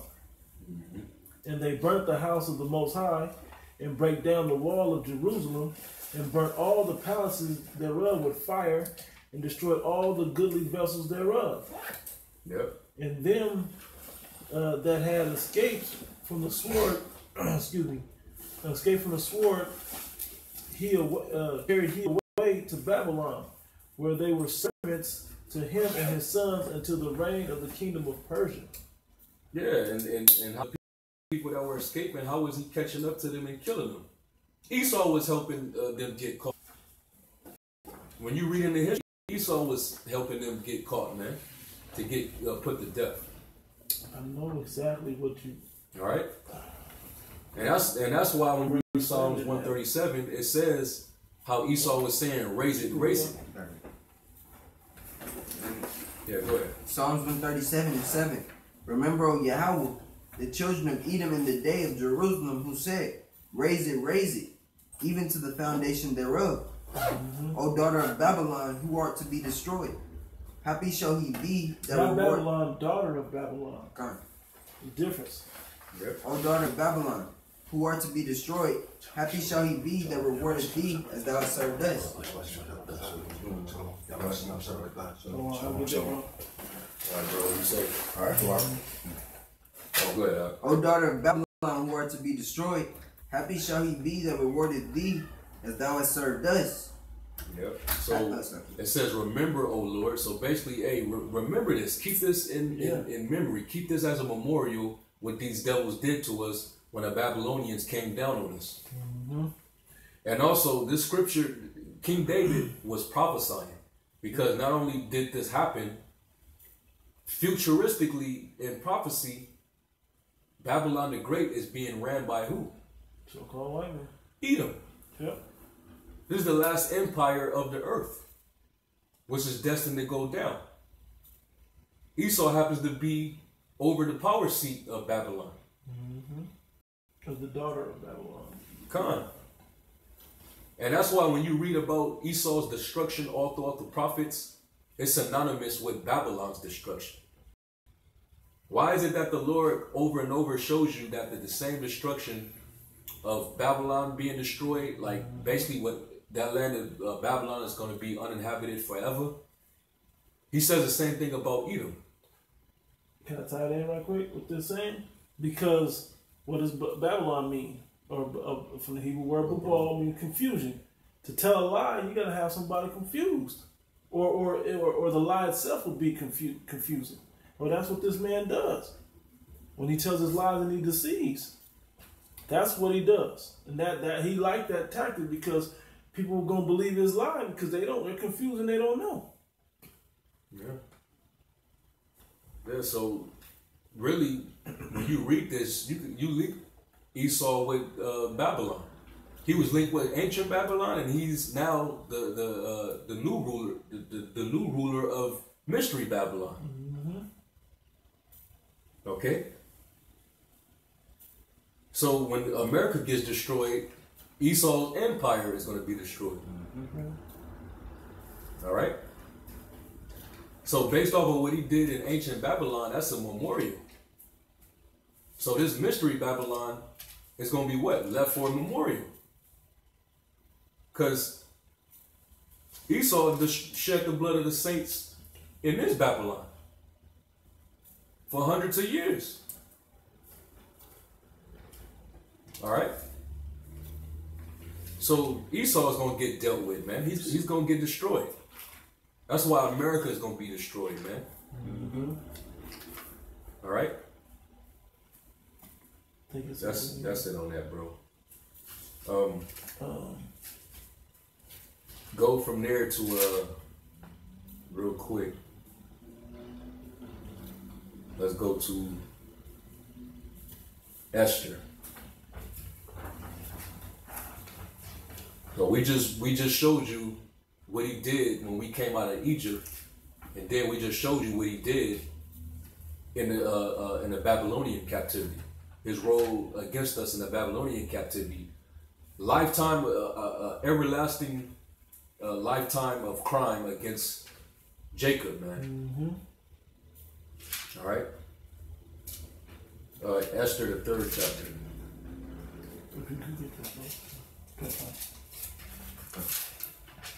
Three and You can start at the top. Okay. This is Esther 3:1. After these things did King Ahasuerus promote Haman the son of Hammedatha. Now hold on, Salakia, before you go into it, remember when we was going into how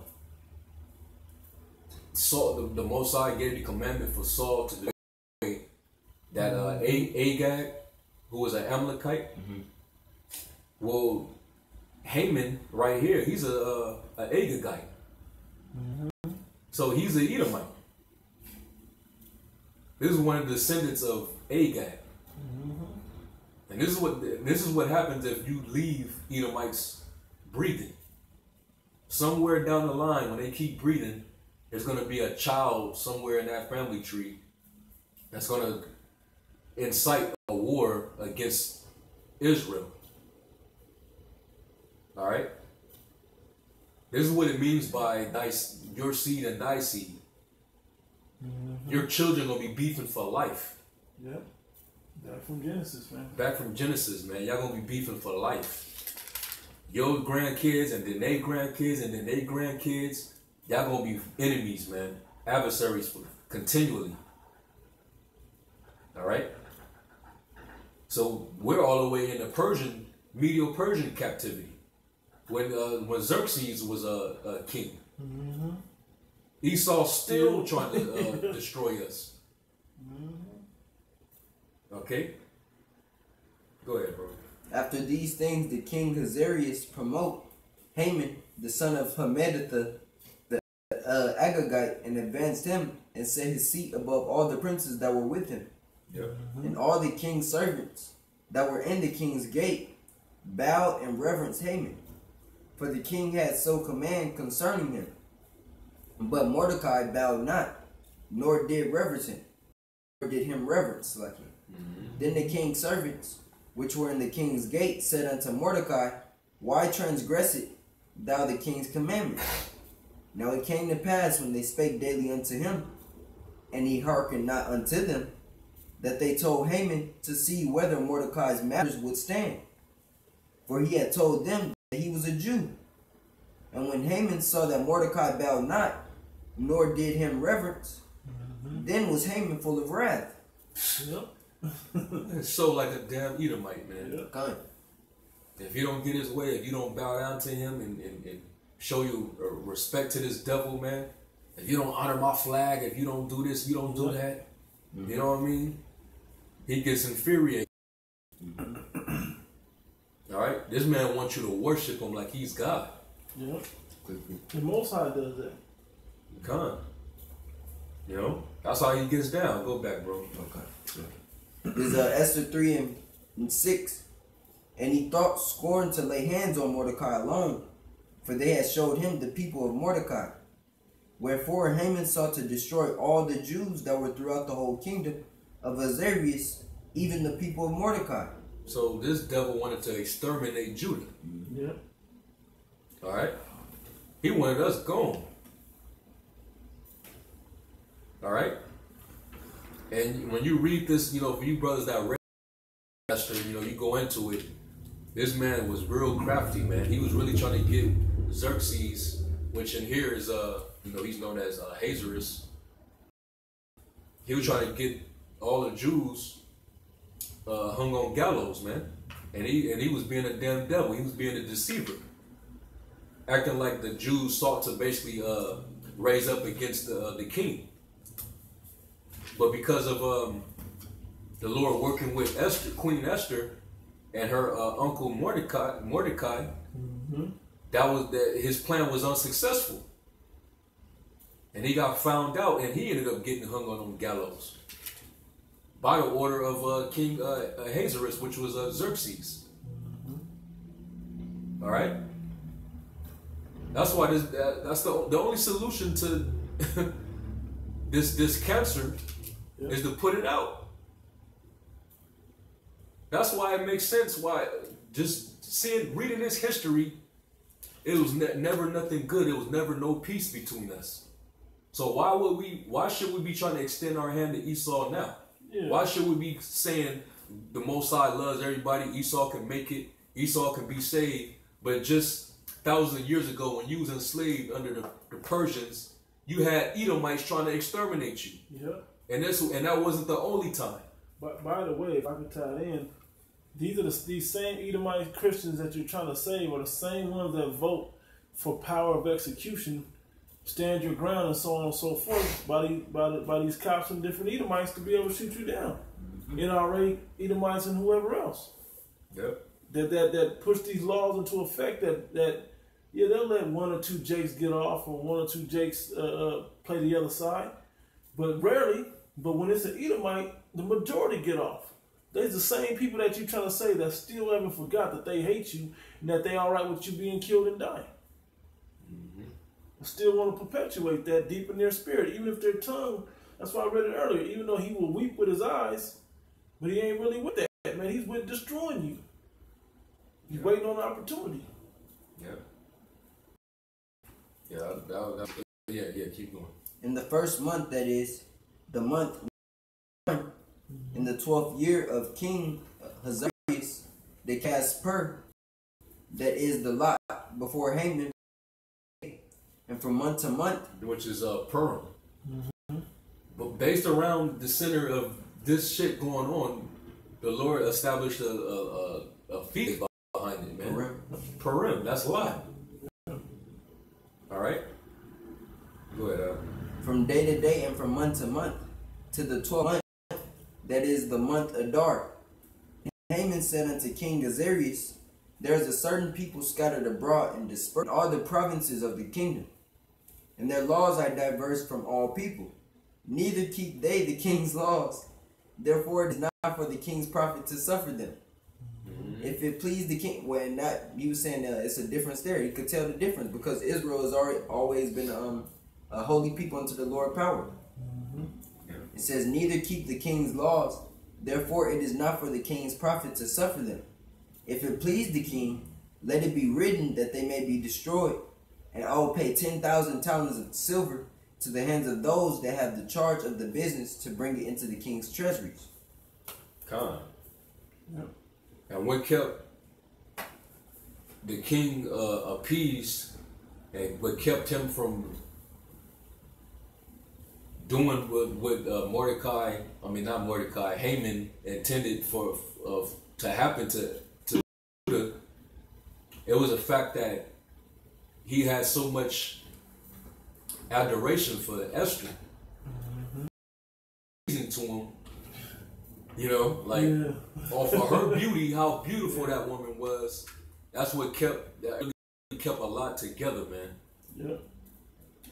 For Israel at the time. If it wasn't for her and how fine she was, and that was it would have probably been a different outcome. What time period was that? It was in the Persian Empire, right? Yeah, because that ties into when Zerubbabel gave that parable about the how power the woman was more powerful than wine and the king. You know, it was around that time. Because you can see how that happened.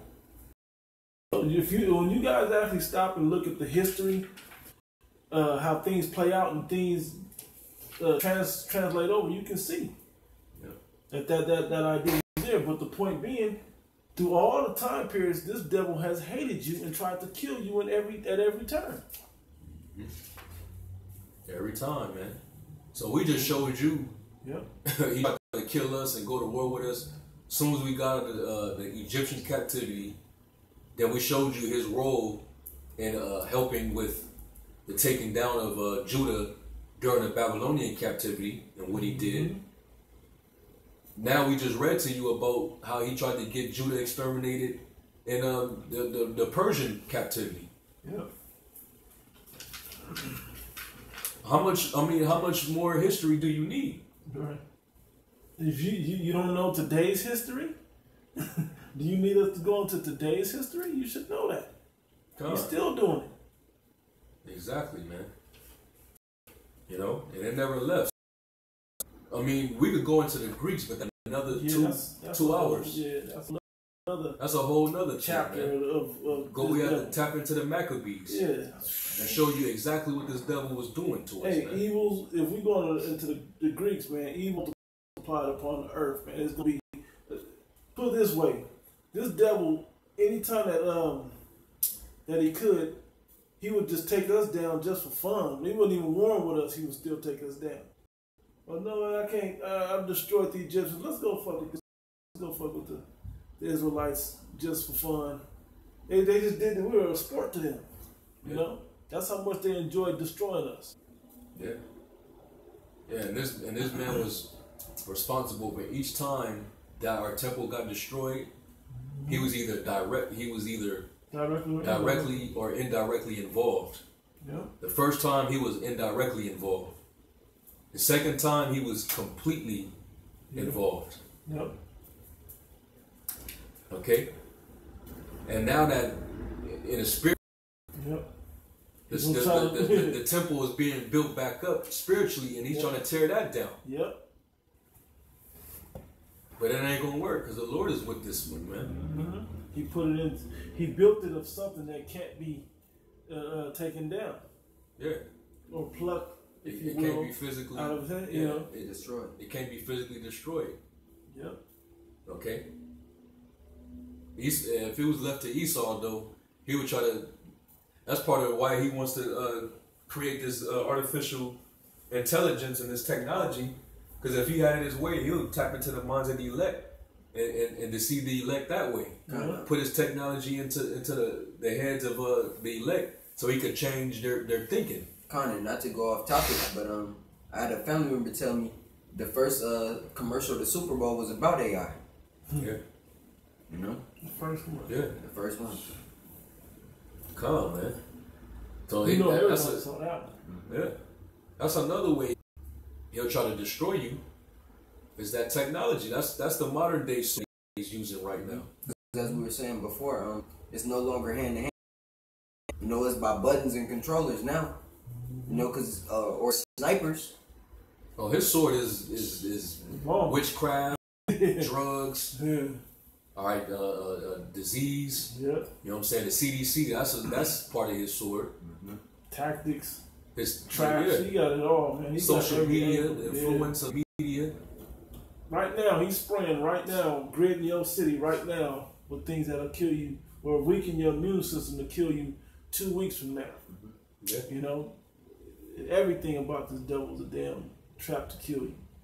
The fact that he puts all this BS into the cigarettes. Not that we should be smoking anything anyway, but that's half the shit in the cigarettes don't have to be there. Before the big tobacco or whatever was there, it was just smoking the tobacco leaf dry. Now they got tar and feces and rat poison and there's all kinds of this don't have to be in there. But that's this devil for you. He wants to destroy all human life. He is anti-life. And the children of Israel is pro-life, or supposed to be pro-life. He got you jakes killing each other. Yep. He's helping you get rid of yourself, man. He wants you destroyed, and what better way than to have you self-destruct before he can finish you in destroying you. Yep. All right? He was exactly where he wanted you. Wait, man, I'm talking about spiritually. You're destroyed for the lack of knowledge now. Yep. And he ain't gotta constantly beat you over the head and call you a nigga. Yep. You a nigga on your own now. You call each other niggas and beat each other over the head now. Beat yourself over the head. You know? Yeah. You got access. You got access to go and eat healthy, which you're not gonna do that. Yep. He knows you're gonna go and eat a nigga's diet. Yep.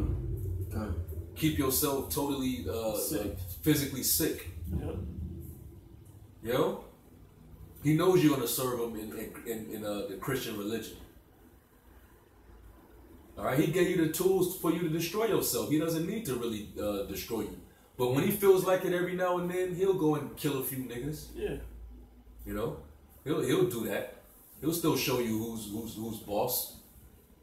You know. But this all ties into that long-lasting, perpetual hostility, that hatred, man. And all those different crimes that he's done against the Lord's people, he's gonna pay for that, man. That's right. All right. You're gonna pay for that. Get Zechariah. I believe it might be 3 or 2. 3 and 8 or 2 and 8. One of those scriptures. Yeah. 2 and 8. Zechariah 2 and 8 says, "For thus saith the Lord Yahweh of hosts, after the glory hath he sent me unto the nations which spoiled you. He that toucheth you touches the apple of his eye." And Esau, you've been touching Israel since the beginning. And the scriptures say, you spoil. You know what I'm saying? But matter of fact, go back to get Jeremiah 49 again. Hold that where you still at, bro. Me? Yeah. Go back to Jeremiah 49.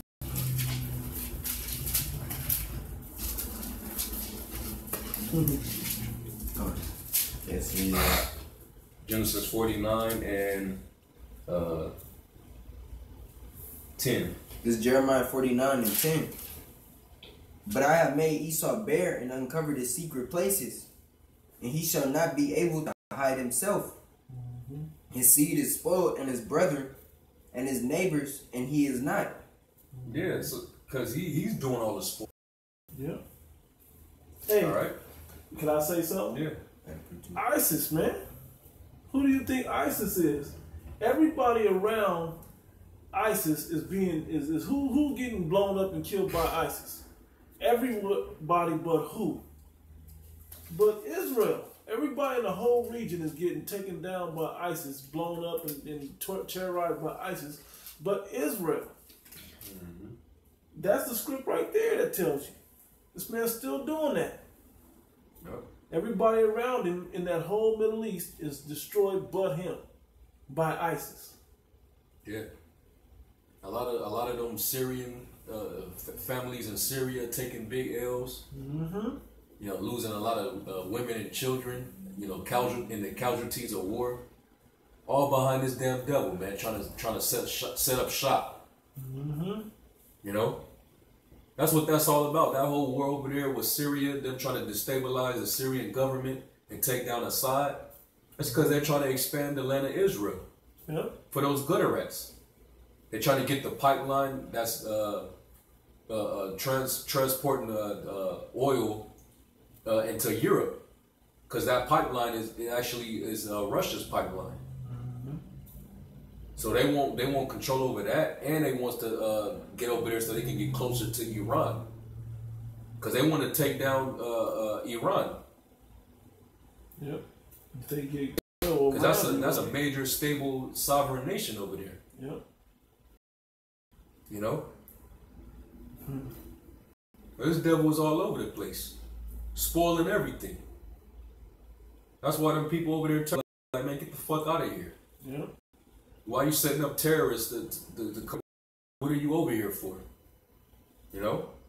That's Esau. Go ahead. Back in Jeremiah. Get Jeremiah 30 and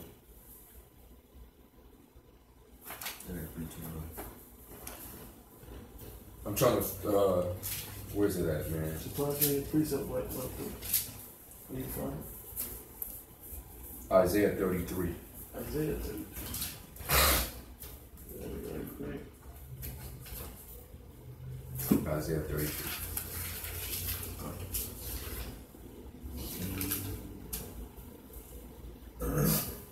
You talking about in 1?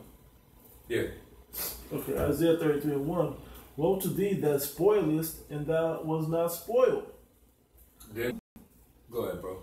It says, and dealest treacherously, and they dealt not treacherously with thee. Come on, man. That's how it's always been that way between Jacob and Esau. Yep. He was treacherous in dealing with Jacob when Jacob was always being peaceful with him, diplomatic with him, every time. Giving you the benefit, being merciful. Yeah. Hey, that's why when I read in Sirach, the 12th chapter, it says, to put somebody on your right hand, you got to have favor for that person. But if you put this man on your right hand, he's only going to seek to overthrow you and take you. Yeah. That's what this is talking about. You doing being cool. You my right hand man. We gonna rule together. Blah, blah. But the moment something go down, this man's trying to take your spot. It says, it says, when thou shalt cease to spoil, thou shalt be spoiled. Yep. And when thou shalt make an end to deal treacherously, they shall deal treacherously with thee. And that's why the scriptures tell you that we're going to basically do unto them double. Yeah. What they've done to us throughout the course of time, we're gonna exact that tribulation back on them for 1,000 years. We're gonna give it to them raw, man. Mm-hmm. Okay. And remember, this is all recorded. So looks what you've done to us. Yeah. That's how we're able to go into all this. This happened so many years ago. Mm-hmm. And we can look, that's why I said a mystery of it. We can go back to the time of the Greeks and pull up books that y'all wrote. And it's saying what you did. Artifacts showing what you did. Yep. You know? That's the thing that makes it cold blood. Books like Who Was Esau Edom? You know? Yeah, books like Without Sanctuary about what he did here in the 1900s. That wasn't even that long ago. Yeah. You know? So, Khan, go back to that in Zechariah. Okay. Read that same verse again. Yeah, 2 and 8. Okay, Zechariah chapter 2, verse 8. For thus saith the Lord Yahweh of hosts, after the glory hath he sent unto me, after the glory hath he sent me unto the nations which showed you, for he that toucheth you toucheth the apple of his eye. That's exactly what Esau did. You touched the apple of the Lord's eye. Now, even though the Lord used you as the whipping stick against us because we went off, yep. But you still hurt the Lord's anointed, man. You even went overboard with it. It said when our iniquity had an end, you kept your wrath and hatred perpetually, man. You know, you never showed any mercy or pity on us, man, because of that everlasting hatred. Well, guess what? You ain't getting mercy. That's why the scriptures tell you can't repent. No matter how bad you cry your eyes out, you can't repent, man. There's no salvation for you. The only thing left for you is destruction, man. That's right. Mm-hmm. All right, destruction, and in 1,000 years, it's gonna feel like eternal years too. You're gonna get 1,000 eternal years of hardcore slavery, man. All right. Yeah. We talking about getting your back whipped out, whipping the skin off your back, lumping a few tumor-sized lemons off the side of your fucking cranium, man. Yeah. We gonna do all that, man. Your woman gonna get raped, which really we don't even have to do that, cause they come to Jake now. We not gonna do it. These animals, other niggas gonna do it, man.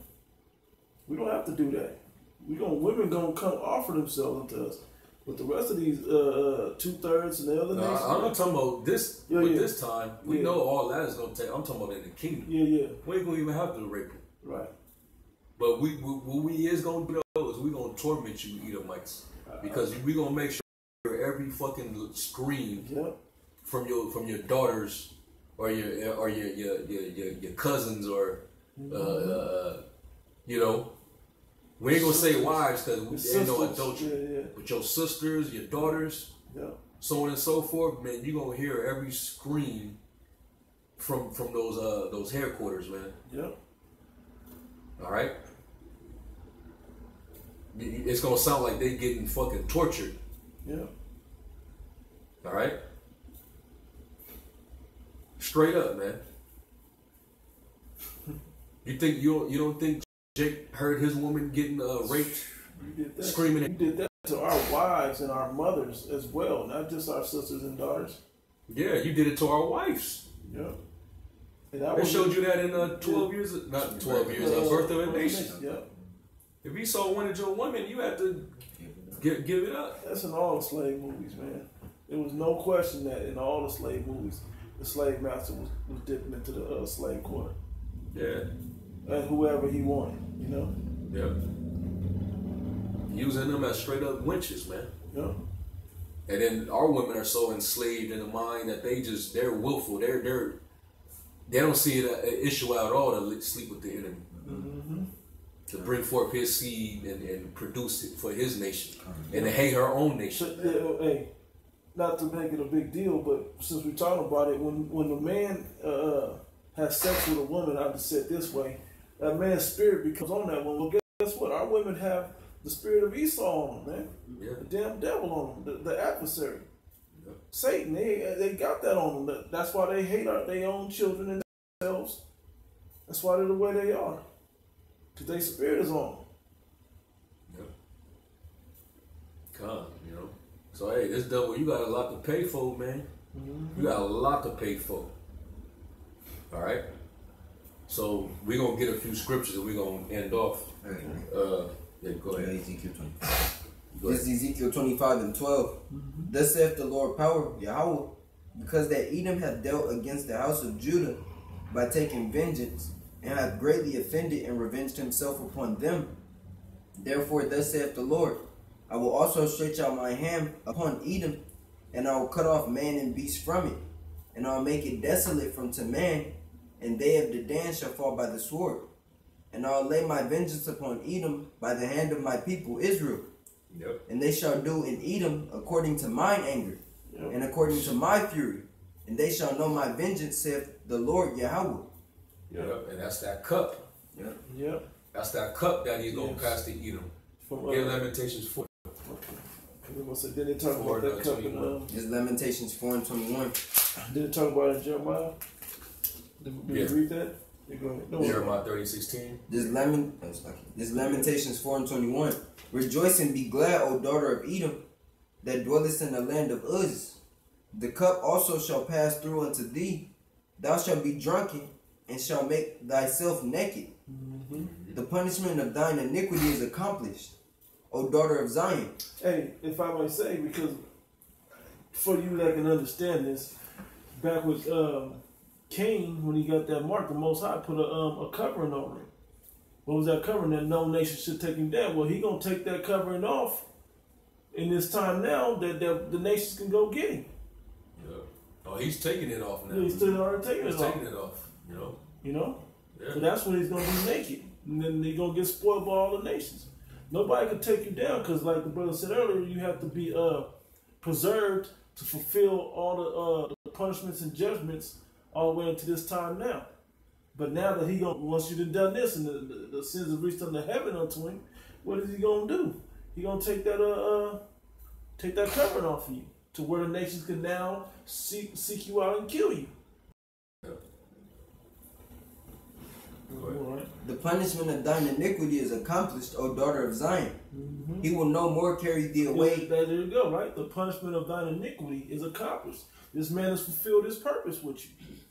Talking about Esau being a whooping stick, for the Most High on you. He's now fulfilled everything. Now there's no purpose for him. You got it, bro. He will no more carry thee away into captivity. Mm-hmm. He will visit thine iniquity, O daughter of Edom. He will discover thy sins. Yep, and your sins are being discovered, man. These are all the things, all the different accounts, according to the prophets of the Lord, of what you've done. All right? So you're going to pay for that. All right? You're going to, basically the Lord's going to hold you to all those iniquities that you committed. So how in the hell is you thinking that the Lord saved you from your sin? Right. The Lord has saved you from shit. All right? But he is going to deliver you. He's going to deliver you unto destruction. All right? The scriptures tell you the Lord created the wicked for the day of evil. Yeah. That's what he created you for. To raise you up. All right? Because the scripture ruleth in the kingdom of men, and he could set up over it the faces of men. Mm-hmm. So he wanted to show his power, his left hand power, through a piece of shit like you, Esau. Mm-hmm. All right? Yeah, y'all got one more or two more pre's. We can wrap it up with that. You got one? Huh? I got something right quick. Psalm 17. We'll start verse 10. It says, they are enclosed in their own fat. With their mouth they speak proudly. They have now compassed us in our steps. They have set their eyes down to the earth. Like as a lion that is greedy of his prey, and as it were a young lion lurking in secret places. This devil has always had his eye on you to destroy you. Even does it secretly now to this point. I'm going to read what happens. As it says, arise, O power, Yahweh, disappoint him, cast him down, deliver my soul from the wicked, which is thy sword. Yep. Said, from men which are thy hand, O Lord, of the world, which have their portion in this life, and whose belly thou fillest with thy hid treasures. They are full of children, and they leave the rest of their substance to their babes. It's clearly talking about Esau. And that hatred has been passed down from generation to generation. That's the cornerstone, what Esau passed down in his inheritance, man. That hatred for you. That's why the brother went through every generation and every captivity. He was there to destroy you. If he didn't aid it, he was directly at the hand of it. Yeah. Even down to this time. Yeah, so that hate that you showed us, it's going to be reciprocated back to you, Esau. Dope. All right, it's going to be reciprocated right back to you. Give me Lamentations 1 and 21 through 22. We're going to leave with that. Okay. It's Lamentations 1 and 21. They have heard that I sigh, there is none to comfort me. Matter of fact, what does it say above that? Where's it at?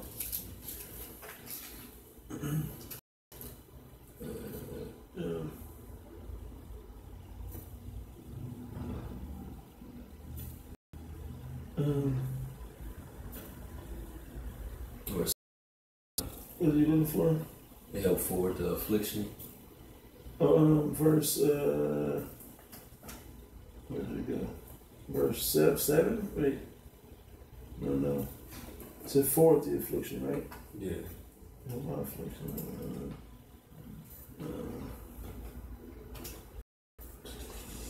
I know that script too. It's in the same book. Yeah. You find it? Are you looking right now? Yeah, I'll try to find it real quick.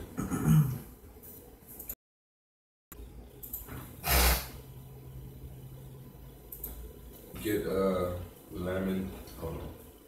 I don't know why is acting so slow all of a sudden.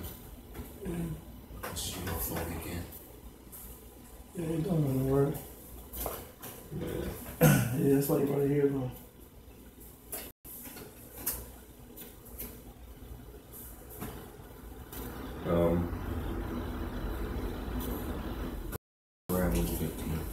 Okay, Zechariah, now Lamentations. Come. Get that, and then get Lamentations 1 and 21 to 22, and we're going to close out with that. Lamentations. Read Lamentations first? No, get Zechariah. This Zechariah 1 and 15.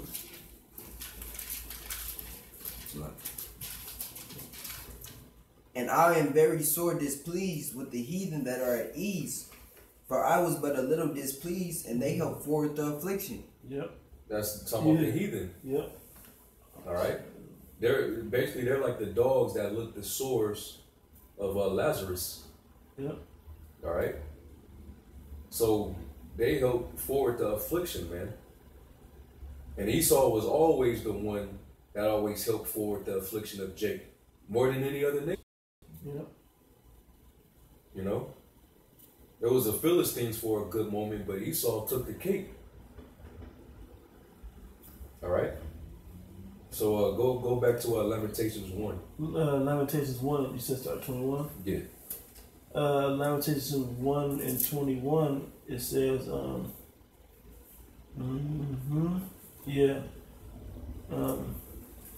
they have heard that I sigh, there is none to comfort me. All my enemies have heard of my trouble. They are glad that thou hast done it. Done what? Destroyed us, right? Brought us down on low. Says, thou will bring the day that thou hast called, and they shall be like unto me. Let all their wickedness come before thee, and do unto them as thou hast done unto me for all my transgressions. For my sighs are many, and my heart is faint.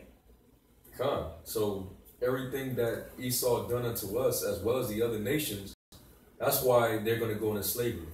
Mm-hmm. That's why they're going to go 1,000 years basically being us. What we've been the last few hundred years, man. Holy ass niggas, man. You're going to be under the curses. Yeah. All right, we gonna be the head, you gonna be the tail. All right, we're gonna rule over you with rigor, man. We're gonna have our way with you. We gonna rule our laws, righteously, and righteousness, man. We're gonna punish you in righteousness. Yeah. You know. Yeah, man. All right. So that's pretty much it. We could go for days, man. Shit. Really, until the kingdom is here, we gonna go in on you devils, man. Yep. All right. We gonna set ourselves against Mount Seir and prophesy against it. Mm-hmm. All right. We ain't gonna give the wicked no rest, man. There's no peace unto the wicked. All that history, and then the added into what you're doing today, you're gonna be destroyed, man. You're going to pay for every bit of what you've done on the earth. What you've done against the Most High, you blaspheme against the Most High, you blaspheme against His Son. Yep. And you wore out the saints, man. You shed the blood of the saints, man, of the Most High. You got our people fucked up right now. Yep. Niggas with rainbow-colored hair throwing up red flags. Yep. Like Instathought, who's now a celebrity. Mm-hmm. All right, you play a pivotal role in all this shit, man. So there's nothing left but for you to go down and get destroyed. All right. So when the Most High says, "And I hated Esau," guess what? We second that. That's right. And we're justified. We just read why. Mm-hmm. All right, so with that, we're gonna close. We're gonna give all the praise, glory, and honor to Yahweh. Hashem Yahushai, Barakatah Yahweh, Barakatah Yahweh, Barakatah Yahushai, Barakatah Yahweh, Barakatah Yahweh, Barakatah Yahushai, Barakatah Yahweh, Barakatah Yahushai. Call Lord Yahweh, Hashem Yahushai, Hashem Harakah. Double honors to the elder apostles. a great millstone that taught us this truth, and greetings and salutations to the hopeful elect, the tabernacle of the. Hey, stay strong, stay in the faith, man. Keep prophesying. All right, hey, do all things like fine, man. Right. It's time to get serious. Don't lighten up, tighten up. Con. All right. So with that, we're gonna close. We're gonna say shalom. Shalom.